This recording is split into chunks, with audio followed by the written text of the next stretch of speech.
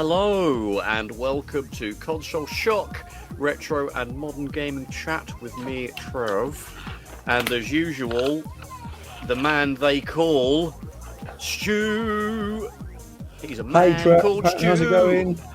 That was alright. I did your name to the entrance theme of the wrestler Sting. I had a song called A Man Called Sting. So yeah, hope you enjoyed that, everybody. No, yeah, and yourself. that's. I love a good Pretty wrestling good, right? reference that I don't know about. Yeah, so you into wrestling? You are, aren't you? A little bit, you know. I like the Heartbreak Kid, Shawn Michaels. HBK, yeah. HBK. Or Michael Sean Higginbottom, I'm which is just his real a name. sexy boy. That one, yeah. I'm just a sexy boy. Sexy boy, yeah. That one. I love this song. We know, yeah. Stu. Yeah, and he comes with. He's got love hearts on his trousers. Oh, he's a Heartbreak Kid, isn't he? He was a Heartbreak Kid. He's like a kiss stealing, wheeling, dealing. No, that's bloody riding. That's Richard Flair. That one. That's Nate, innit? Nature Nate. Boy himself. Woo! Nate had his last match recently. Yeah, he did. I thought I saw his last match 10 years ago. Well, he's had about 27 last. Have you seriously watched his last match though? That happened recently, about 3 months ago. It was horrendous. It was like looking. You just find it on like some pirate like thing on the interwebs just for shits and giggles. You should watch it because it was bad. Anyway, enough about the old professional wrestling. We're not talking about that. We have an episode on that if you are interested from way back, a few years ago, with Hollywood actor Adam Pearson. Indeed. Star of Celebrity MasterChef. He is at the moment, yes, and he's seen Scarlett Johansson's junk, and as well. Yes, and apparently she's got a big willy. Yeah. I don't think she has. I think she's got the old whatchamacallit. Are we allowed to say it on a family-friendly YouTube program? No, I always when I podcast upload program, this, I put this down as safe for everyone.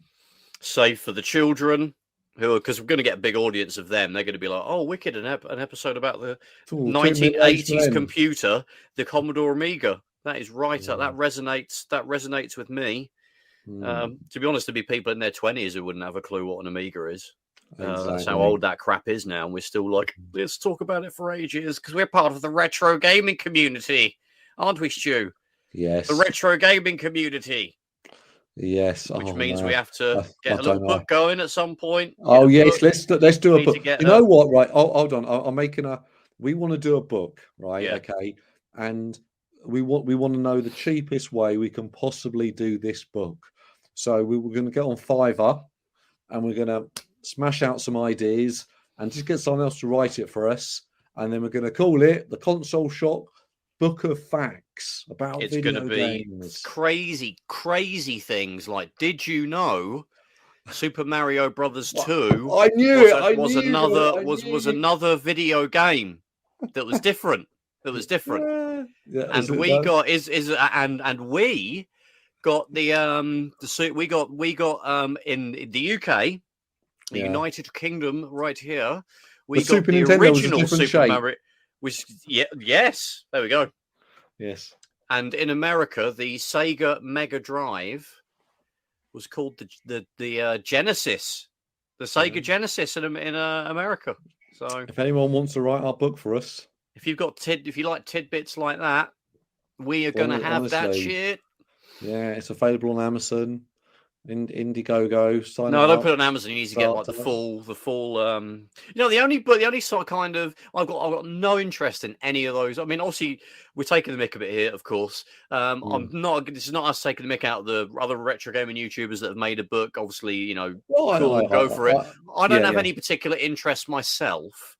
One, because I've got a lot of room for books where I live, and to be honest, a lot of the stuff in them I tend to know already. So I don't really. In fact, the only books that I've bought that are like kind of Kickstarter-y, like nerdy things.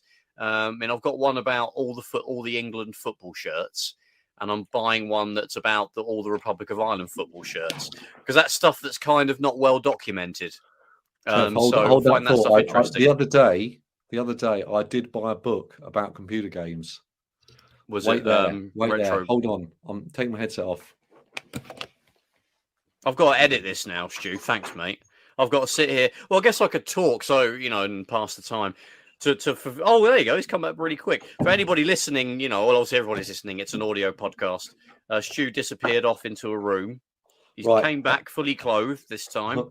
I am back, and now, he has. This is, but it's how it works. The computer. Get out. It's a Ladybird book from 1971, taking you through how computers work from 1971. Yeah, hold on a minute. People think this is still like some stupid banter thing we're doing. This is real. He has literally brought this book out. I've seen it. He showed me on the webcam.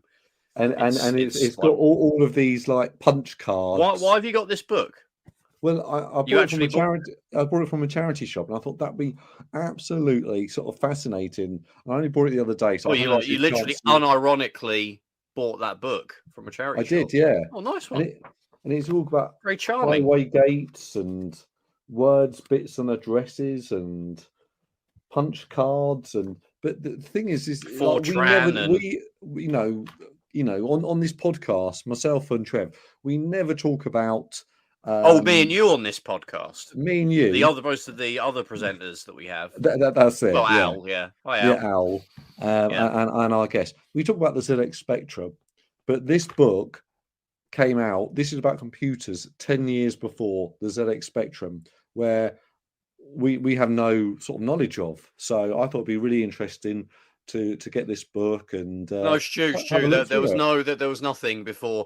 We're American, all right. So there was the Apple II, and then we had the Atari 2600, and then there was a crash, and then nothing in the 80s, and then Nintendo came and saved us all. That's it. Basically. There you go. Throw the book away, mate. I've told you the history. Well, I'm going to read my Ladybird book. And the Amiga was this wonderful niche computer that was in a video editing studio only. I'm going to tweet about that. That was the Amiga for us Americans. So yeah. Oh, yeah. Anyway, any Americans listening, we love you guys. We're not taking the mick out of you. Continue to listen to our podcast. The banter. You know this banter that we do by now. If you would have tuned out a long time ago if you hated it. Anyway, the reason why we are here today is we are going to talk about a certain video game console that died a horrible, unjustified death at the hands of an evil corporation that don't deserve to be in the video game industry. They sort of came in like a Billy Big Bollock saying, oh, yeah, we make CDs and CD players and TVs, but we're just going to make a console and you're going to buy it. And, poor Nintendo, well, they're still going, so I guess they're not that poor. And Sega were just like brushed aside by this juggernaut. And one tragic death during this period was, and what was it, Stu? Tell us. Well, it's a Dreamcast, and it was a good console, and we want to really discuss, why it failed. What were the reasons, and go through them one by one, have our opinions on them, and just a general little bit of sort of debate about it. Because I think myself and Trev's opinions do slightly vary on this, but do they? I'm probably right. Possibly. Maybe we both are in our own way. Anyway, yes. So we hear many theories on the interwebs. I mean, search the YouTubes and you'll be able to find a million videos of why the Dreamcast died and, 10 reasons why it died. Well, we have some thoughts on some of those reasons that are kind of banded around the interwebs. So we're going to go through them and give our thoughts on it. So a big one, maybe the biggest one in some ways, because I always hear this one trotted out and I'm like, oh, come on, really? Is DVD. So, well, if the Dreamcast had a DVD drive, it would have won or like survived or, whatever variation of that. So, Stu, what are your thoughts on if the Dreamcast was released with a DVD drive? You're quite dismissive of it. I haven't said anything yet, Stu. Well, I can tell from your tone of your voice. I can tell from the tone of your voice, Trev. Being very sarky and not. Yeah. Yes. In my opinion, the Dreamcast, it would have done better if it had a DVD drive, And anecdotally, I do remember people getting PlayStation 2s and being excited for them and seeing them as actually as a good value, because they had a DVD player in them, and you could of course play at that point the next generation of PlayStation games. So from that point of view, it's a lot of people. It was their machine of choice, and then it also had the sort of the pulling power, from parents. So go, oh, actually, yeah, I want to get a DVD player, and then the kids will, oh, well, the PlayStation 2's got one, and so it's, I say lots of things like that. It's certainly, in my opinion, a contributing factor, but I think you made a good point pre this podcast, actually, about why it's not such a big deal. Yeah, I think when you look at I mean, to be honest, if there was a completely alternate reality where Sega could just cheaply shoehorn a DVD drive into the Dreamcast and release it with one in '98, the Japanese release was '98. Obviously, we got it in '99, but let's just take '98 as the starting point. Well, it was the starting point in the world. It probably would have done a lot better.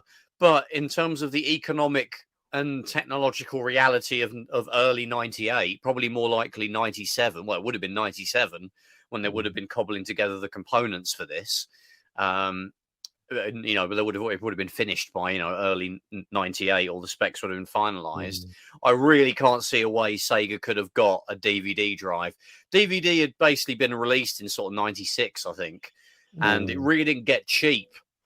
Probably the PS2 was the first relatively cheap DVD player. Relatively cheap being still 300 quid, which wasn't, cheap. And it'd be later still that it would be with, under £100. So you can imagine in 1997, with a really cutting edge bit of technology like DVD, Sega don't manufacture these drives. They would have to buy them from someone that makes them. I don't know, Toshiba or Sony, of course. And license the technology. License the technology. So that is very expensive straight away. More so in '97. I mean, when it, certainly in the West, we'd barely seen DVD. Really, I think you've got to remember that. I'm sure you remembered this, but you've got to remember it that Sony had lots of film studios. So they were, from their point of view, they were like, well, let's stick a DVD player in it, and we'll make £2.50 on every Sony film that is printed onto DVD and sent out. So from their point of view, it's like, well, actually, we might not be making money over here, but over here we'll be making shed loads of money. So yeah, exactly. And there's that advantage, and they've also got the advantage of they're already making DVD players. So they haven't got to go and pay someone else. Obviously, I'm not saying it's free for them to do it, but they haven't got to go and pay a third party to make a DVD player and then sell it to them. They've got all that in house effectively. So that's a cost that they can swallow a lot more easily. Sega financially weren't in a great position in 1997, 98. So there's no way they could swallow the price of a DVD player. Let's say they did pay a company to give them a DVD player to put in the Dreamcast. It would have greatly increased the price of the console. Again, Sega weren't in a great position financially. You probably would have added a couple of £100 on top of the price, unless they really wanted to swallow a huge loss on each system, which I doubt they would. Even selling it for 300, in 98, 99 with a DVD player, and it would have been they would be swallowing a huge loss on it. So I don't think it was ever viable that they could have included a DVD player. Obviously, there's the whole thing. Well, they could have made an attachment, later on, but then attachments don't have a great track record with consoles. In fact, they're pretty much universally, don't do well. I mean, even PSVR. Even though which is moderately successful, it's still an absolute tiny percentage of people have a PSVR versus, just have the PS4 base unit. And not the same again when the PSVR 2 versus the PS5 attach rate. I think it's kind of a non-starter. Again, if it was a completely mythical world of Sega could get a DVD drive for free and put it in the Dreamcast and charge £200 still in that absolutely unrealistic scenario, it might have done better. I mean, there's the factor of well, we'll talk about it later, but the general PlayStation like brand loyalty thing that there was, they still had to overcome that, even if they did have a DVD drive. That's it. I mean that's the crux of the matter is, everything would have sold better if it was cheaper and it had more things. Yes, in exactly. It. And the PlayStation 5 would have sold better if it was cheaper, more available, and more powerful. Yeah, which is unrealistic, of course. Yeah, exactly. So, but it's easy to say that. I think in reality, you're absolutely right. They made the console as they did, and so with the technology and the money that they had available. I mean, obviously we got an upgraded CD-ROM format, the GD-ROM, which was an improvement on a it was a gigabyte versus 650 megabytes. And I mean, there wasn't too many games that came on more than one disc. Obviously, Shenmue was a big one that was on 4 discs. There was obviously you could just put that on one DVD. If they had that ability, but I don't think there was really any realistic way they could have got a DVD drive in the Dreamcast. It was just an unfortunate, era that it launched in, and that takes me to another issue that the Dreamcast faced, and that was its launch window. So obviously, it was the first of the 6th generation. They launched it through a window. I bet you they felt like they did. Maybe some people felt like launching it through a window. If they got angry at some kind of game, like Choo Choo Rocket or something, they were like, Choo Choo Rocket, eh? Threw it through a window. But yeah, it was released in Japan in November '98. I mean, I'm literally using a website called How Stuff Works, which had a great top 10 list. So you can happily say, "Oh, you're just reading off a website." It's all good. We're admitting to it. November '98, and obviously it came out. USA got it in September '99. We got it in October. Now there seems to be an argument that the PlayStation 2, because it came out a bit later, obviously it got the DVD drive and it was able to sort of have better specs. And yeah, obviously that is an advantage, but again, I'm not really sure what Sega could do about that. And I don't think the PS2 was, I mean, it is a more powerful console. I'm not going to try and say it isn't, but I don't think there's anything Sega could do. They're obviously when you launch first, you're always going to be a disadvantage, technology wise. And to be honest, we've mentioned this before on the podcast that I don't think the Dreamcast or the PS2 really came into its own until that sort of Christmas 2001 era, when you sort of got Grand Theft Auto and Metal Gear Solid, and the big franchises got PS2 versions. By that point, the Dreamcast was, already had like Crazy Taxi, Soul Calibur, Marvel vs. Capcom, and Shenmue, and all those incredible games. I think if it died before the Dreamcast, officially in 2002, but it was already discontinued in kind of 2001, wasn't it? They already stopped making them, so they're thrown in the towel already in early 2001. By the time it would really have become a big factor, like when Grand Theft Auto 3 came out, which would have been very difficult, possibly not viable on the Dreamcast. Yeah, I mean, it doesn't run brilliant on the PS2, really, if we're being honest, but it's good. It's good enough to be able to play it and enjoy it. That's probably when that would have really kind of hit, and it would have really shown that the Dreamcast can't really keep up. There's obviously examples of lesser powered consoles still prevailing, like the Game Boy and the Wii and everything. But I think it would have really have been difficult to overcome that. But the Dreamcast died before it became a factor. But it probably would have affected it a lot later on. I mean, what are your thoughts on sort of launching when it did versus the PS2? Well, I mean, I remember the time when the Dreamcast came out, and people, blame the PS2. But you got to think from the point of view is that the Dreamcast is coming out, and the Saturn wasn't great. And the PlayStation 2 was coming out, and that had backwards compatibility, so there was also that factor. But then you had in the distant future, a new console from Nintendo. So you had the new console from Nintendo, and then there was all the talk, and I've got my dates mixed up a little bit here, about the Xbox. And had that been announced or launched, or I think not 2000 launched, they were already saying they were doing it. Yeah. So there was like, hold on, Microsoft are doing this brilliant thing with hard drives, and Microsoft make computers. That'll be amazing. Yeah, the GameCube with all of the the Nintendo IP. So it was almost like a little bit of a flooded market. So yeah. as a sensible person, you go, well, hold on, the PlayStation 1 was really, really successful. And now they're doing the PlayStation 2, which can play the PlayStation 1 games, and it's got, all this amazing, it was a cell processor or the motion engine or something. Yes.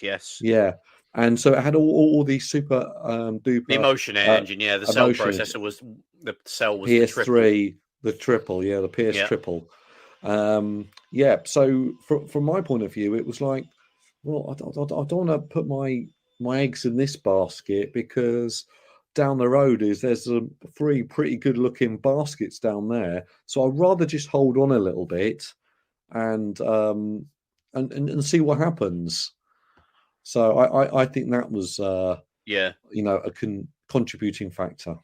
Yeah, it was clear it was going to be outgunned within a couple of years, but to a large degree, really. And so, I think it would definitely be a factor, and would have led to I think a decline in the Dreamcast had it survived into 2002, 3, 4. Well, I guess if it survived that long, I guess it probably would have been a success. But it would have dampened enthusiasm when you compare the games that potentially. But I guess that's an alternate reality we're talking about. Would they have made an effort to make those sort of games for the Dreamcast if it was a viable platform going into 2002 and 3 and 4? Maybe they could shoehorn those games on there somehow. But anyway, I mean, that's one factor. I mean, another thing as well that people don't really mention is actually the PS1. The PS1 was a huge seller into 99 and 2000. It didn't just die, And you got to think that a lot of the PlayStation 1 games also came out on the Dreamcast. So I think a lot of people sort of saw the PS1 games and then, there's a Dreamcast version. Huge games for the PS1 came out in that 99 2000 period, like Metal Gear Solid, Gran Turismo 2, Silent Hill. Yeah, 100%. But so many games came out on both systems. Yeah. It wasn't a whole new, amazing next gen. The Dreamcast version looked, high res. It looked sharper and things like that. But it didn't really look, wow, that's real super duper next gen gaming. And again, you made a valid point there about the Metal Gear Solids. There were so many games still coming out in 1999, 2000. You're like, hold on, I'm still getting great games here, and a lot of them didn't have a Dreamcast equivalent. There was no, you could get Bleem for the Dreamcast to run the PS1 version of Metal Gear Solid if you wanted, but there was no Metal Gear Solid. There was no there was like MSR, which is a very good game, but compared to Gran Turismo 2, it comes up short a little bit. I mean, I actually prefer MSR over the Gran. I love those. I'm not a big MSR Gran Turismo fan. Yeah. I'm actually with you on that one, and I like the arcade races that are on the Dreamcast, like Sega Rally 2 and Daytona 2001. But Silent Hill, Metal Gear Solid, Final Fantasy 8. Obviously the FIFA game, all the EA games will go into the EA situation, of course. But the PS1 was still going really strong. I was still playing, and when I got my Dreamcast, I would still go back to my PS1 and play games. I was still getting the official PlayStation UK magazine. I'd get cool demos each month. A lot of stuff that just wasn't coming out on the Dreamcast. There wasn't a good football game on it, so I'd dust off ISS Pro to get my fix of that. I was still playing the cool games that were coming out on the PS1, so I didn't really drop. I probably would say I dropped my N64 at that point. By that point there wasn't much coming out. Just the odd game every now and again. But you're absolutely right. It was still loads of games were coming out for the PlayStation. And also you've got to consider the PlayStation 1 really had the whole market, and it had a huge back catalogue of games. What was it? Over 1,000 came out. They're cheap as hell as well. Exactly. So from my point of view, it's like you're looking at that and go, well, actually, you know, I can go back and play, I don't know, Gran Turismo 1. I can, you know, I can go to a second-hand shop, you know, big shout out to Deals of Dover, go down there and, you know, pick up PS1 games, you know, £7-8 each or whatever. They might be in a couple of years old, but it was still absolutely class games.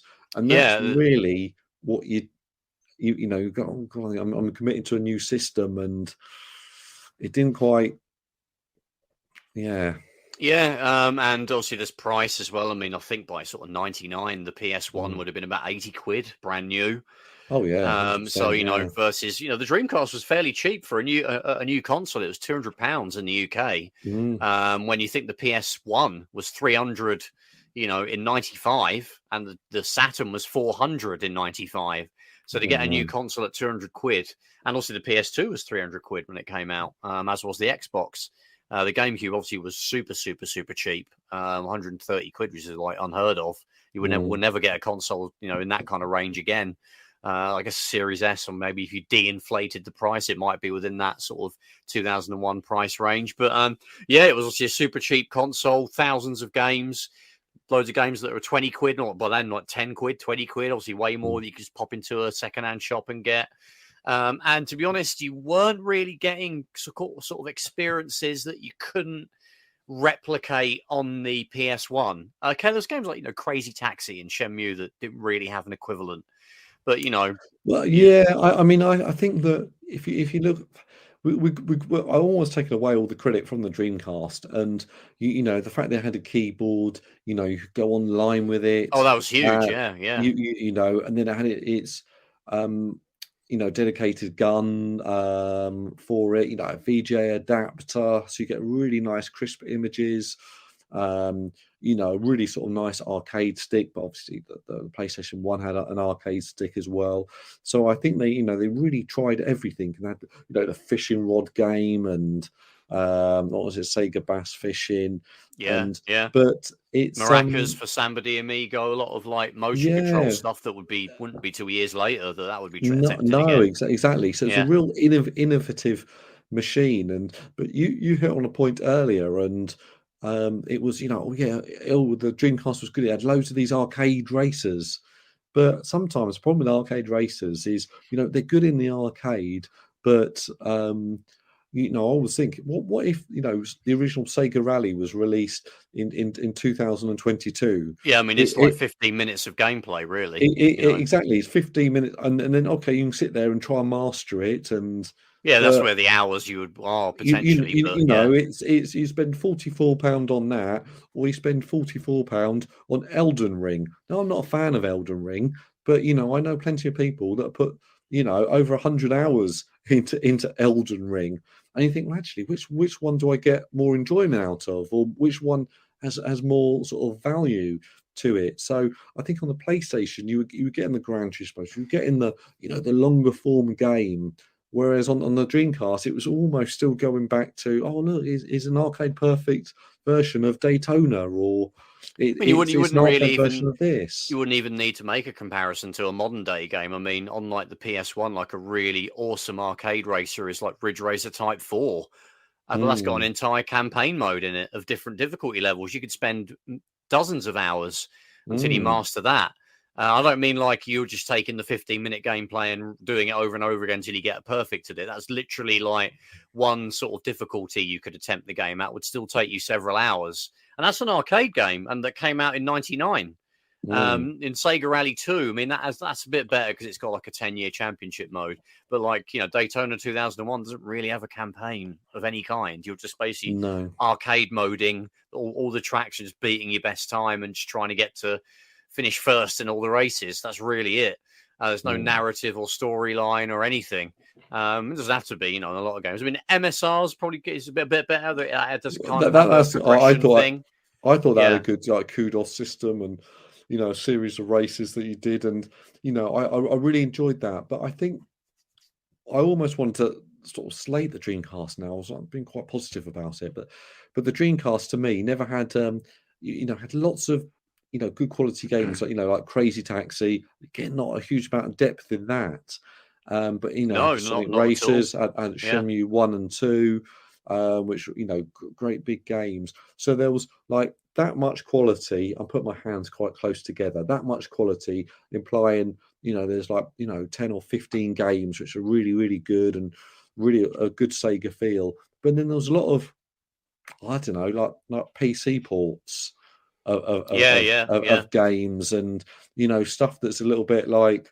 Oh yeah, that was all right. Yeah, like Quake 3 Arena, which doesn't really have any kind of a single player mode of note. No. Like incoming and things like that aren't really suited to a console anyway. And they kind of tried to make them work. I mean, a good example of an attempt to make something have more longevity is probably Soul Calibur. There's like that whole Edgemaster mode. I went nuts in that. It took me like weeks to completely complete every single challenge in that. Whereas on the same platform, Virtua Fighter 3 TB is basically arcade. Okay, there's variations of that. I'm being a bit, not being completely. I sound like I'm being dishonest, but there's no campaign mode or anything that you could really, I mean, obviously we're being a bit harsh because in that era, that was still fairly normal. It wasn't like we were sitting there playing Virtua Fighter 3 to be like, why isn't there a big story mode that's 8 hours long? Because games didn't really have that, to that extent or that common. We're being a bit harsh, but to bring it back to sort of the original starting point on this little bit here, the PS1 was a big factor. People were just happy to stick to their PS1s. They weren't necessarily interested in sort of upscaled versions of a lot of the games they could already play, like Dreamcast had like Resident Evil 2 and things like that. And obviously they might not be able to spend the money to do that. So there was the PS1. And I think something else you sort of touched upon is maybe a point in itself. It didn't have the EA games, and at that point, you got to think the two big football games were the Konami series of ISS or Pro Evolution, and of course it didn't have the FIFA games. So you were like, oh right, so there was a whole section of people that were like, well, I'm not going to buy that. It hasn't got FIFA. That's the only game that they play. I mean, it's interesting because it is a big factor, I think, EA. It's ironic because they obviously supported the Mega Drive famously, were one of the best supporters of the Mega Drive were Electronic Arts, and we got loads of amazing games from them, not just FIFA. And then with the Saturn, the same. We got a ton of games from EA. It was right to the bitter end. It got like FIFA 98, right at the very end of its life, a matter of months or about a year out from the Dreamcast landing, but we got all the sports games, like loads of other non-sports games that they made, like Crusader No Remorse and Space Hulk and all those cool EA people sort of take the mick out of them these days as being this giant behemoth, but in those days their games were quite well respected. Well, they still are, but people kind of they're too big for their own good, but a lot of people feel. But that was a big factor. I mean, in terms of the sports games, obviously we're big fans of sports games. It did affect the Dreamcast probably more outside of America because they got the 2K games. I mean, we got those as well, but they're obviously American centric. They got like NFL 2K and NBA 2K. Obviously, NBA is still going to this day, of course. NBA 2K. And they were both. I really like the NFL games on the Dreamcast. I found them easy to play, very intuitive. Probably better than the Madden games of that era. 100%. But sometimes you think, Madden's, when it comes to American football, Madden is the name. And again, for, association football, FIFA is the name. And that, I don't know. That's so many people would have been sort of turned off by that. And imagine if, they brought out FIFA, with some sort of online mode and, some sort of, sharing your stats and type of fare and actually sort of put effort into it. I think it could have potentially been a real sort of game changer. Yeah, like I said, we had a big hole in for the library over here because we didn't really have a really good football game. Konami didn't Virtual bother. Striker. You know what? I really enjoy Virtua Striker, but it's nothing like real football. You're kind of all chasing after the ball, like in playground football, really. Or like So it's like what Charlton football Athletic the games game. were there? There was UEFA. There was UEFA Striker. There was UEFA. Virtua Striker 2. There was Sega Worldwide Soccer 2000, which wasn't the same as the really good Sega Saturn Sega Worldwide Soccer games. Right. For saying that 10 times drunk.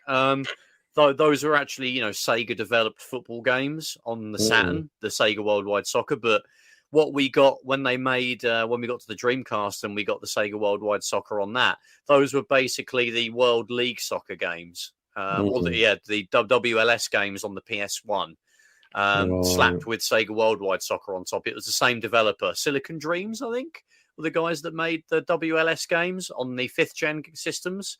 And they just basically made, Sega needed someone to make a football game. They've got the name Sega Worldwide Soccer. Let's just get a developer that makes a competent football game and just slap the name on it. It was okay. I'm not saying it was bad. But, I mean, God, compared to, Pro Evolution Soccer and FIFA, it was not a patch on either of those. And oddly, Konami, who were a developer on the Dreamcast, not very prolific, but they did release some games. They didn't really, they made no effort to port any of their games, like Pro Evolution Soccer games, to the Dreamcast. So we really had a huge... I mean, if it had FIFA, I guess, an enhanced FIFA 99 or something, or 2000, which would have been kind of, it would have been on its own in terms of a sort of at that point in time in 99, it would have been unique in having a really sort of high res version of the game that would be able to run at 60 frames a second outside of the PC version. It would have been, a huge upgrade. And if there was a pack in sort of that, FIFA 2000 Dreamcast pack. Yeah. And like you say, if they somehow managed to get an online thing going, might have been a bit of a stretch on the first edition, but maybe if they supported it beyond that, it would have been amazing. I think so, and that's why I sort of, I doubt you can actually play online, but more like sharing your scores, or you're somehow some sort of career mode on there where you upload how well you've done. But to me that was a real big sort of deal. Because I remember at that time, actually, it was quite a funny story that a friend got a PlayStation 2, and it was literally we played Operation Wimback or something, some rubbish. But then we put that in, and it was like, this is not very. Okay. 20 minutes later, Operation Windbag. Exactly. So we put in FIFA, the PlayStation 1 version, and played that all night. Yeah. And then actually it was, this is good. But, we were playing it on a PlayStation 2, which we didn't really have any games for. So it was a little bit odd. But the old PS double. PS double. Yeah. Yeah, no, you're right. I mean, obviously there was the other EA games as well that would, were in the PS2 era, like the Need for Speed games, like Underground, especially, Medal of Honor, Black. Also, I feel Burnout. They were all much later. I feel they were later in the 2000s, but potentially, some of the earlier versions of those games would have landed on the Dreamcast, and they would have seen a release, on them, and again, those games, like I said, especially the sports games, as we've emphasized, even some of the licensed games like the James Bond games and things that EA had, some of those were sort of 2002, 2003. They would have seen those. So I think that would have greatly, boosted the library, and people that love the Need for Speeds and love FIFA and Madden and some of those earlier games. Burnout 1, I think, was like 2002, so that was within the sort of the life of the Dreamcast. We would have been a big advantage. I think the fact that we didn't have a big football game was a big thing, and what we did get was kind of subpar. Obviously Virtua Striker 2, we've both said, is a fun game, but it's not a patch on, like, in terms of people who want a realistic game. It's not really going to satisfy you in that sense. Yeah, so I mean that looking at other reasons from this article that we're plagiarizing from the internet, how stuff works. Hopefully, you won't get charged 500 quid by them if they find out. Yeah, exactly. Could be worrying. Now, one of those is I don't really sort of know much about it, but I actually put down this as my list was financial woes, and I think it's fair enough in saying that lots of we always talk about Sony's war chest or Xbox's war chest, and what they mean by war chest is that they can go out there and fight a battle for 5 years until they win it, till everyone else has run out of money, and Sega, they didn't really have a war chest. So do you reckon that sort of made an issue, made a contributing factor? Yeah. I mean, Sega basically ran out of money when they got to Yeah. sort of 2001, and it was clear they weren't gonna. Their best way to survive was to dump hardware completely and just go to making software. I think they struggled for the first few years, but now I think they've got a pretty good, library of software, and they make a decent amount of money. But yeah, they just didn't. I mean, Sony are like, absolutely gargantuan compared to Sega. So I mean, we sort of talk these days about how Sony have struggled with a lot of their other endeavors, but that wasn't the case in the early 2000s. They were still pretty strong in music and film, and Walkmans were still going strong in those days. TVs were still going strong, and they were still a pretty good. People would still buy their There's the video games division that's keeping them going these days. No one buys Sony TVs. I've got a Sony TV, but you're absolutely right. In those days, Sony made TVs. They had their music division. They had their films. Yeah. They had PlayStation had done amazingly well. The PlayStation. Wait a minute, 1. you've got a Sony TV. Yeah. Why? Exactly, Stu. You've proved my point.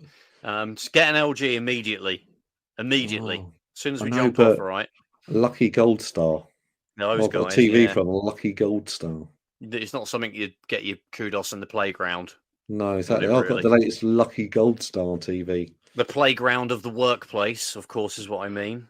But exactly. Yes. But anyway, the point is a lot of their non-video game stuff was still probably a much bigger portion of their overall business, I would say, right, in those days. And Sega can compete with that. And Sega didn't have another income stream. They only had their Dreamcast. So there wasn't really. It was a case of hold on, if we don't stop making these machines, we're going to have to. If we want to continue, we've got to stop making them and actually go into the world of publishing. And that's obviously been relatively successful and. I would say so, yeah. I haven't studied their books to see, or actually, the height of the Mega Drive. They did so much better than what they did in 2022. No idea, but they're still going around. They're still making games.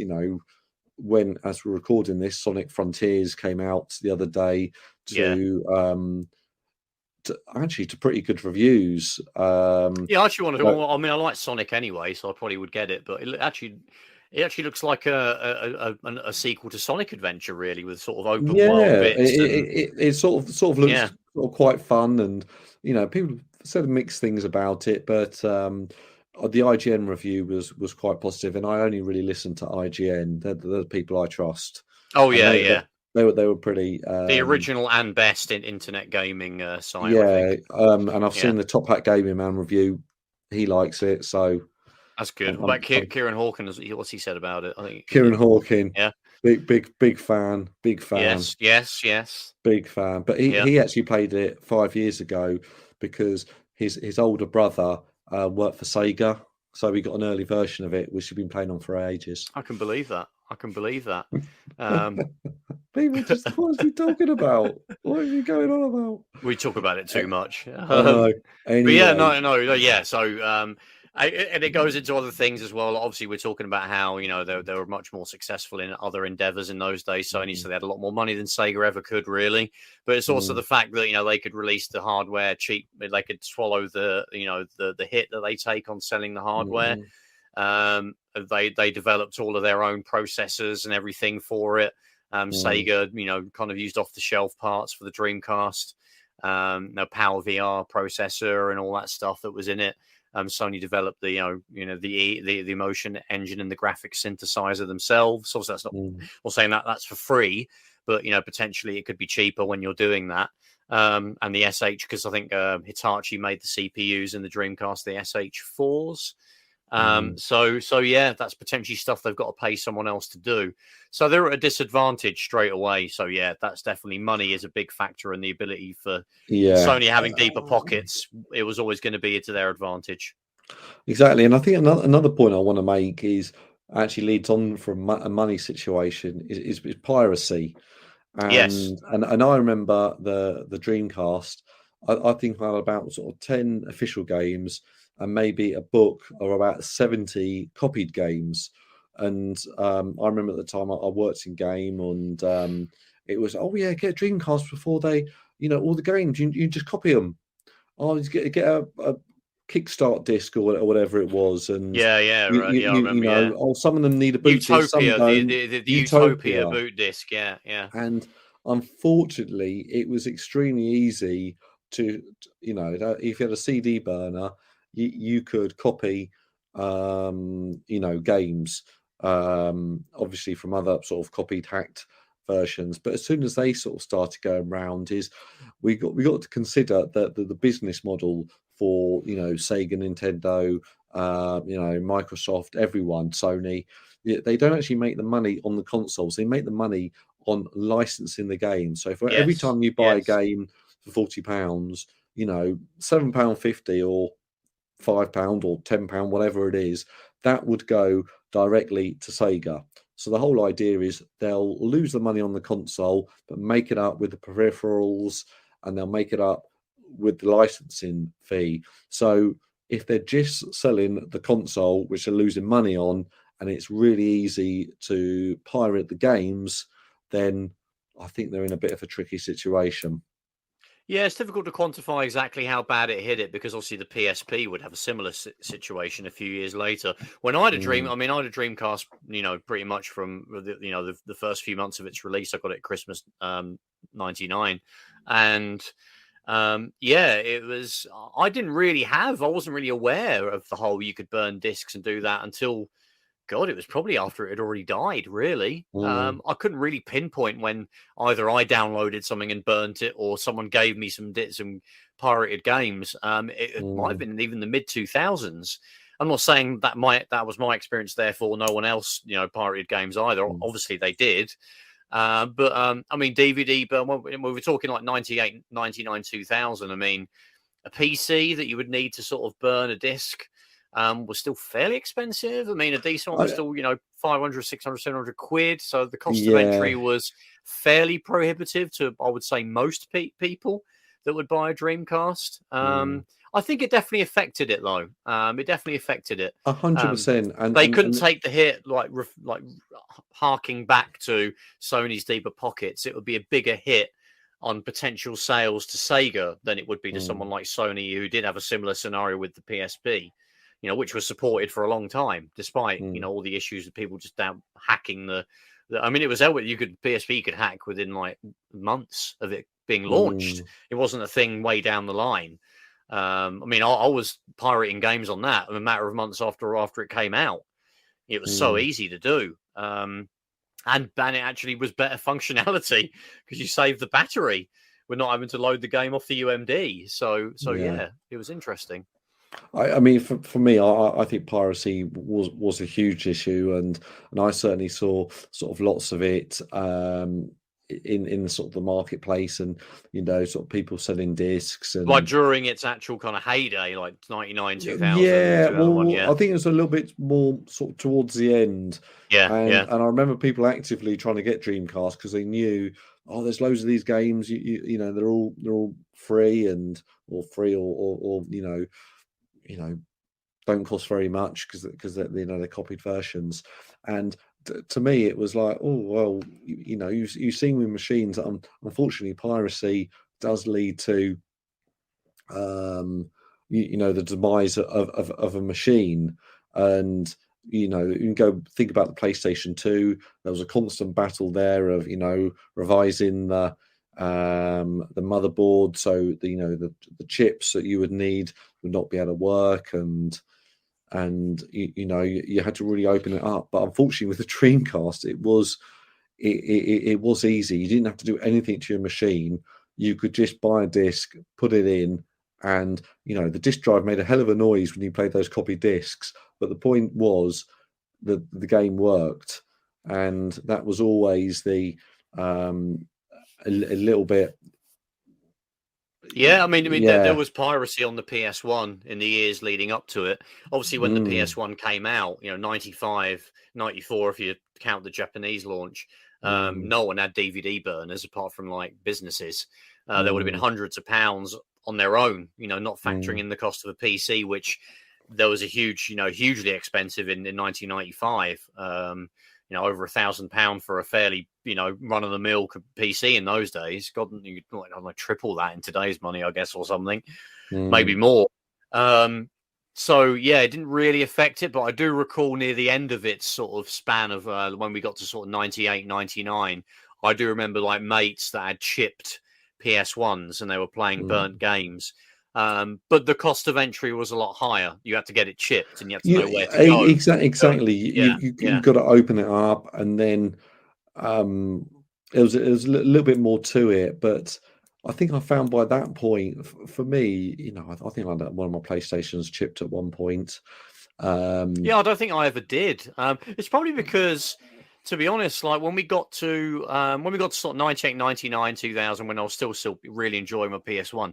There were so many cheap games. I didn't really feel like I needed to get them, get my PS. That was going to be my point. Yeah, the 60 quid you would pay someone to mod it. I could just get like 6 games, for exactly. that. You could borrow them off your friend. You can go down to, local second-hand shop. You go to a boot fair, wherever you went. Yeah. And you go, oh, well, here's some games are pretty cheap. And it was kind of like, oh, I can buy this for £7, or I can buy a copied game from someone in the pub for £5, and it never, didn't quite always make sense, really. But I think it definitely affected the Dreamcast, probably to a higher degree than any other. System. And also, I guess when we're not counting home computers, it massively affected like the Amiga and the Spectrum and all that stuff. And but in terms of the console realm, it's definitely done it. I mean, these days you've got like people like get hacked consoles, but the cost of entry is still this was stuff that was out of the box, was the functionality that was there out of the box to run CDRs. You didn't have to do anything. Really, boy, you get a Utopia boot disc, but that was still way easier than taking it to someone to put a chip in your PS1 and paying them 50 quid. Let's put it that way. Exactly. But another thing, actually, from this list that we're plagiarizing, and I actually thought were valid points. There's another one on here as well, but these linked together was they've put down here a large controller. So it's got a large controller, and the large controller has only one analog stick.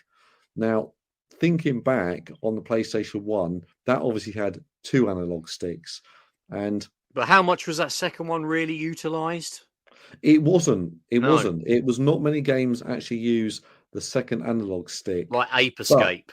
Ape Escape, what was it? Not Alien Trilogy, the other one, Alien Resurrection. I think Gran Turismo, you could use the other one as the accelerator. Yeah, so there were a few reasons to use it, but I think that the point I'm making is it was now you look at that controller. Maybe you didn't look at it then. You're thinking, oh, it's only got one analog stick. How do I control the camera?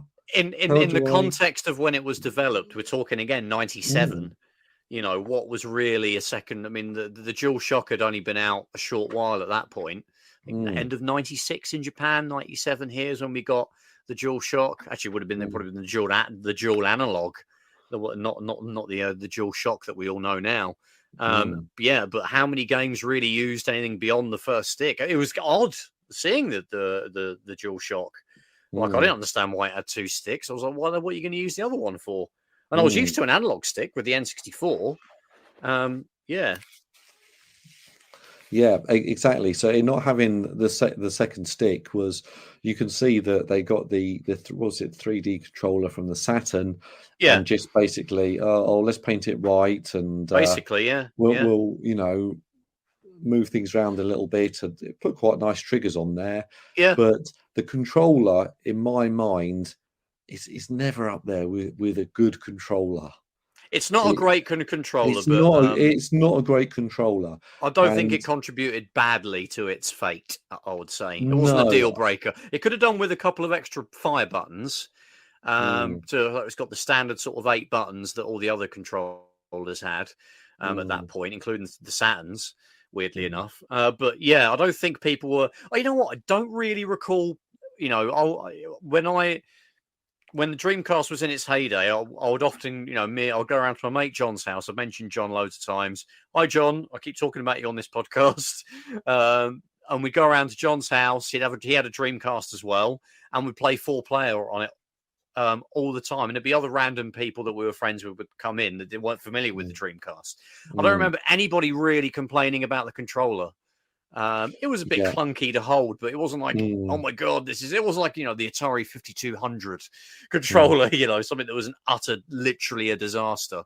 But to me, it's like, no, the Super Nintendo classic controller, PlayStation DualShock 1, 2, and 3, classic controller, the Xbox 360 original controller, classic controller, the Dreamcast, it just feels a little bit. I don't know. It is too big. The wires coming out the wrong end. Yeah. Not enough buttons. Is not enough buttons, and then towards the end of the life of it, you got games like Quake 3 Arena. Oh yeah. And how on earth are you going to play Unreal that Tournament with one analog stick?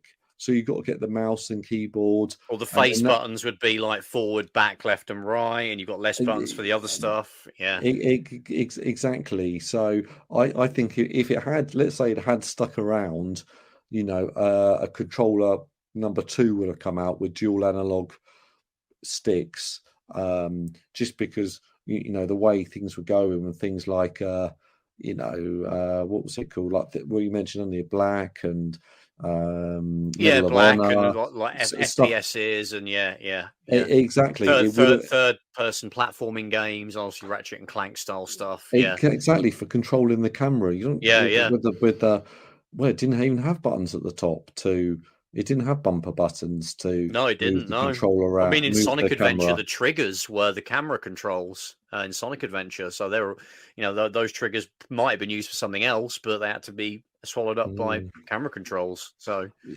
so to me, I think the controller was a real big sort of misstep.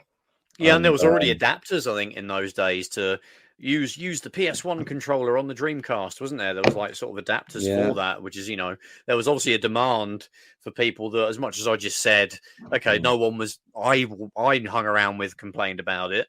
There was still an acknowledgement, or there was a demand for something better. And nowadays, I use a Retro Fighters controller on the Dreamcast. It's the only one that I really use a Retro Fighters controller on. The other controllers I'm okay with. I mean, there's like a PS1 Retro Fighters controller. I'm like, why do you need a PS1 controller? Because the original, the D-pad isn't great on the Sony controller. It's only now, really, already since the PS4. I don't like the segmented controller D-pad. I like like a disc one, like a Mega Drive one. Yeah. But the rest of the controller is great. The analog sticks are great. I know a lot of people are like, oh, I have to have offset analog sticks, otherwise I can't play. It's like too weird for me. I never really. Well, I guess because I grew up on a DualShock. And then kind of simultaneously, well, not simultaneously, but when the Xbox came out, I got used to that. I don't really have a preference either way. I can just pick up a PS, 3, 4, 5 controller. I'm cool. And I can pick up an Xbox and I'm cool. And there's no, mental thing I have to change. I get more of an issue with going to a Nintendo console because the bloody OK and back buttons are always switched. Oh, yeah, no, exactly. That drives me nuts. Yeah, that is a little bit sort of frustrating. But a lot of the, on the Dreamcast, one sort of point it always had amazing fighting games. You know, Marvel versus Capcom 2. You mentioned what Virtual was it? Fighter, Soul Calibur, Soul Dead or Calibur, Alive. Yeah. Dead or Alive, Street Fighter Alpha 3, Yeah. Yeah. King of the Street Fighters Fighter had a bunch of them on there. Street Fighter 3, Third Double Strike, Impact and Third Strike. Yeah. Double Impact. But it had all these brilliant games, but the controller was awful for playing fighting games. Yeah, you basically had low kick and high kick, and low punch and high punch, and that was it. You didn't get the middle one. Yeah. So yeah, you're a bit. I mean, I'm more getting at the D-pad had sort of very sharp edges, yeah, it and was very protruded, wasn't it? It kind of was really yeah, it was at the down. bottom where it sort of curved down, and then it really sort of came out. And so I'm thinking, and I don't know, they must have sold loads of those arcade sticks because people couldn't play these games with the actual original Dreamcast controller. And I've got myself a Hori Dreamcast controller, so it's like the Sega Saturn one, and it's got that sort of really nice sort of rolly D-pad. Disc kind of one, yeah. It's much better to play those games on, and Yeah, it definitely was a big factor. I mean, the arcade stick was great on the Dreamcast, as it often is with Sega consoles. It's just funny because they made like one of the greatest 2D gaming controller ever with the Saturn controller. The Mega Drive one was great as well. They perfected it. Something that was a combination of that and the Saturn 3D pad. I know. Well, I guess the Saturn 3D pad does have the old controller on there, but something probably just closer to the Saturn 3D pad would have been better. Again, I'm not convinced that two sticks was something that would have been an obvious choice in 1997. I don't think it would have been. With hindsight, we can obviously say that now. Maybe if the Dreamcast was a success and carried on several years, there would have been a second pad that might have had that additional stuff in there. Obviously, games would need to be aware of it to use it, but it's been happened before with obviously the Dual Shock. We got the original Sony pad that didn't have any analog ability. It was later on, 2 years down the line, that we got that. So maybe that would have been a thing had it lasted. I think we could wrap up with a final kind of thing that's probably one of the biggest contributing factors. Kind of the reputation of Sega as a console manufacturer off the back of, some big failures. Obviously, the 32X and the Mega CD, the initial kind of stumbling steps. And then with the utter failure of the Saturn in the West, sort of, creating a feeling of mistrust with consumers, with Sega consoles. Like, well, I'll buy it. I don't want to buy it because they'll abandon it, in a couple of years. That combined with just the PlayStation name as a brand, which you've already touched upon with the PS1 was still strong and people wanting to wait for the PS2 because the PS1 was so amazing. What are your thoughts on Sega? Sort of the bad the bad taste in the mouth people had. Exactly. I mean that's really sort of one of the biggest things, which is quite hard to quantify. But the Sega Saturn, I almost felt like there was a year or a year and a half or 2 years with literally no Sega console, no Sega presence. Really? Yeah. And then they came out with this new machine, which was very innovative, and maybe we could do another episode about how innovative the Dreamcast was and how many things from the Dreamcast have been copied into future machines, and that'd be a really good episode, I think. So, but from my point of view, it was people were let down by the PlayStation, the Saturn, and they'd I'll go in the Sega camp. And then, they've wasted their money, and they jumped ship to the PlayStation because it had all the games on it, and I don't think they wanted that to happen again. And I think I still think the biggest contributing factor is what's coming next, what's going to be the next big thing, what's all the hype about, and the Dreamcast came out first, and there are all these other three machines, out on the horizon, which were promising all these super duper specs, promising this, promising that, and just had a better proposition than what the Dreamcast did. And I mean, if they like, I always say that if they I don't see a problem with them releasing the Mega CD. I know it wasn't a huge success, but I think it had a little niche, and it probably in the realm of add-ons, I think it did okay worldwide.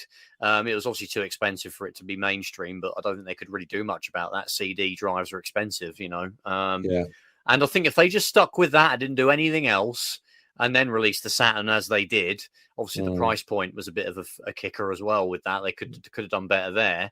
The Mega CD, that would have been a nice little extension to the life of the Mega Drive. No 32X or any of that kind of nonsense. Then, you know, they wouldn't have really had any kind of people wouldn't have soured as much on the Mega Drive or Sega. People would have just been like, it was just a cool little add-on that, you know, people took it or leave it. But it was if you think about it, you know, Sega dropped the 32X, then they made the Sega Saturn, and I love the Sega Saturn, but they dropped that. So hold on, this Dreamcast, are they going to just, you know, drop this like a hot potato? Yeah, exactly. And move on to the next thing. And they kind of tried to trade off Mega Drive nostalgia, really. When it launched, there was no real mention of this is the new Sega Saturn. I mean, I knew people that didn't even know there was a Sega Saturn. They thought it was just Mega Drive, and then they kind of just had a break.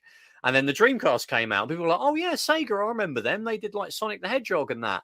It was bizarre. But yeah, the Saturn software in the West, obviously we know it was successful in Japan, fell off a cliff when you got to about mid-97. You know, that's why when you go into, you know, secondhand shops, all the secondhand games are just, you know, Sega Victory Goal and Virtua Fighter 2 and Sega Rally. You know, you don't really get the 97 games because there was the, you know, the support fell off a cliff. And 98, you know, you got House of the Dead and a handful of Deep Fear, you know, and Resident Evil, perhaps. I can't remember what year they come out, but yeah, it absolutely fell off a cliff at that point. And when you think about it, the PlayStation was only like halfway through its stride, really, when it got to 998. You know, there were still great games to come. So yeah, people, if you were a video game person and you weren't just sort of I had a Mega Drive and it was just a casual thing, and then the classic story they always say of the PlayStation was like people that were kids and then gave up on video games because they went to uni and got into girls and all that stuff, and then they went and then they got back into it because there was a Wipeout set up in like a nightclub. Obviously, I was too young for any of that. To me, it was just a cool video games console. Well, I was always loving video games. It wasn't like I followed the PS1 coming out through when it was announced, and as I did all the consoles of that generation. And I think it was that crowd that perhaps, you know, they didn't really get any kind of traction with, and the people that perhaps bought those add-ons and were burned, and they thought, well, the Saturn's just going to be another one, isn't it? People like me and you would buy it anyway because we were Sega fans. But the people that didn't have the brand loyalty, which is probably the majority of people, as it is in the gaming, you know, community, or just gamers worldwide. I know the people that argue in Facebook groups and like Twitter, they're like PS1, or they're like, well, PS1, but PlayStation is better than Xbox, and Xbox is better than PlayStation. That's a small chunk in that bubble of fanboyism compared to the overall. It's like, oh, what do my mates have? Yeah, I'll get that. Or soon it will be, what's Call of Duty on? Oh, Xbox. Yeah, whatever. Yeah, cool. I'll get it. It's not like, which one? It's got to be PlayStation because I like Uncharted and I hate Xbox. Most people aren't like that. And that was the case then, really. People just had the thing their parents got them. I mean, people like me and you would probably, would have asked our parents for a specific thing that we liked the look of and the games of, and that's how we became a fanboy. That could have been the Sega Mega Drive or the Nintendo, the SNES or something. But a lot of people were just like, I just want the video game thing. I played around my mates. There you go, bang, I've got it, cool. And then the next one comes out.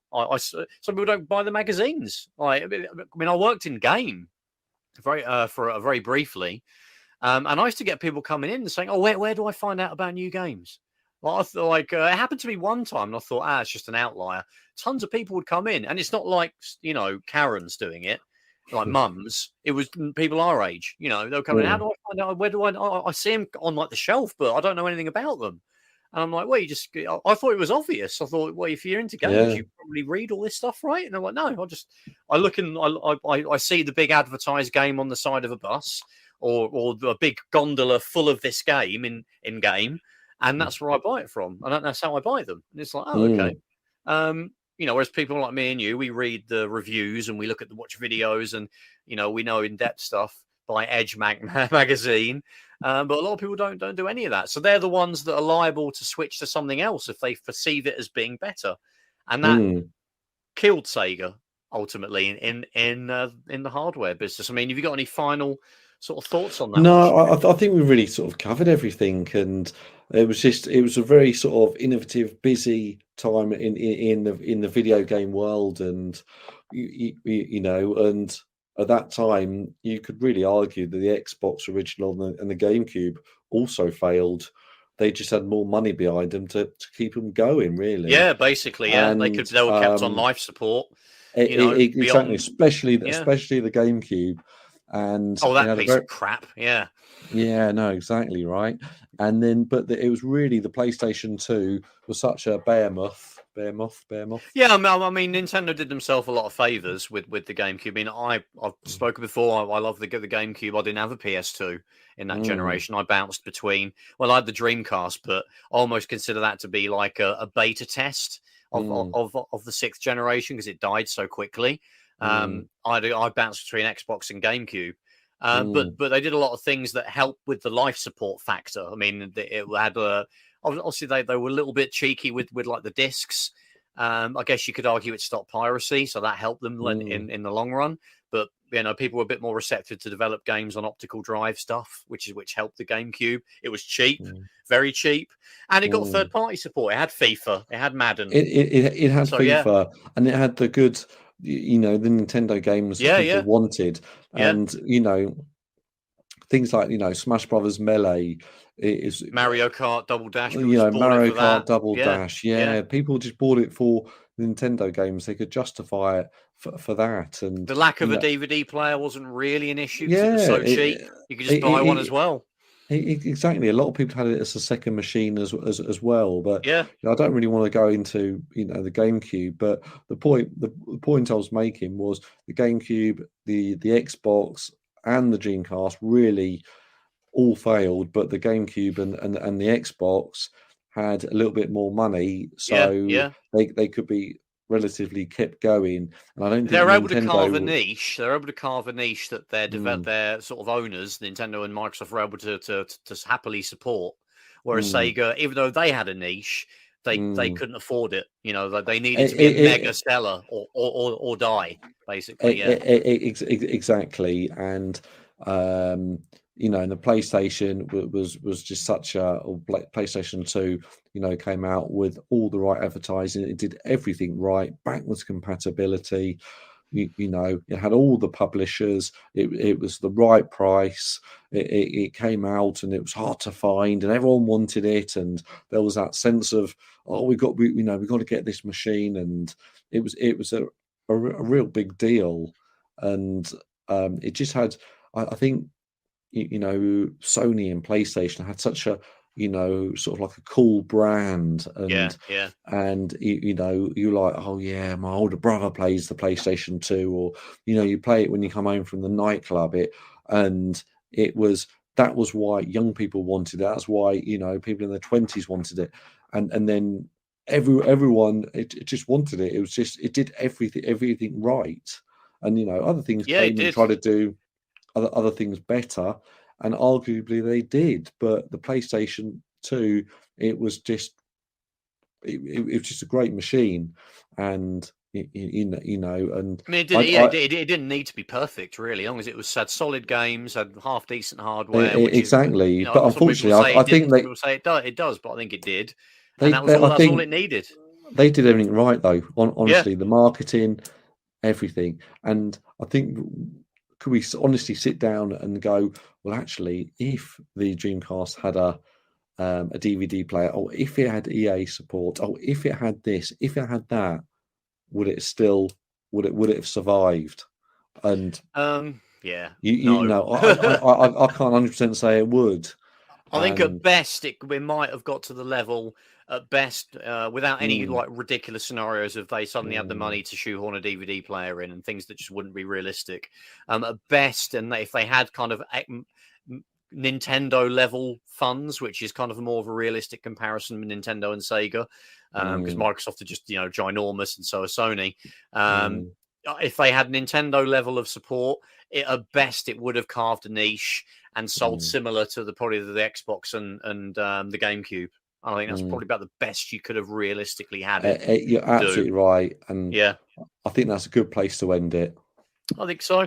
One last thing, actually. Yeah. So where would you say it ranks in the sort of top Sega consoles? Is it number 1? Or is it number 2, 3? Well, where would you place it? I've always said the Sega Saturn's my favorite machine. I'm a big fan of that. Yeah. So I think realistically, it's for me, it's got to be Sega Saturn, Mega Drive, Dreamcast.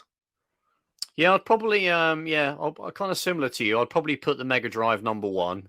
I mean, the funny thing is, like, the Master System is the second biggest selling Sega console, but it tends to always be forgotten about and never put into. More people talk about the Dreamcast than like the Master System. Yeah.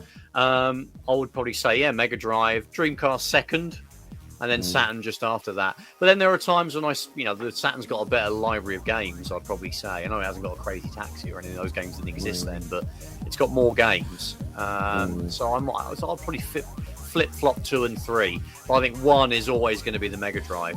It's just got such a huge library of amazing 2D games that, and it's difficult to argue it not being the biggest. I mean, Sega, they've released like multiple Sega Mega Drive minis, multiple Mega Drive compilations. What we've got nothing from the Saturn, really, in terms of nostalgia stuff. The Dreamcast, we got like the Dreamcast collection, like the Xbox and the PS3. A few years ago, we haven't got a mini or anything. I don't think we will. So yeah, that's where I land it. Anyway, on that note, Stu. Yes. Where do we live on the interwebs?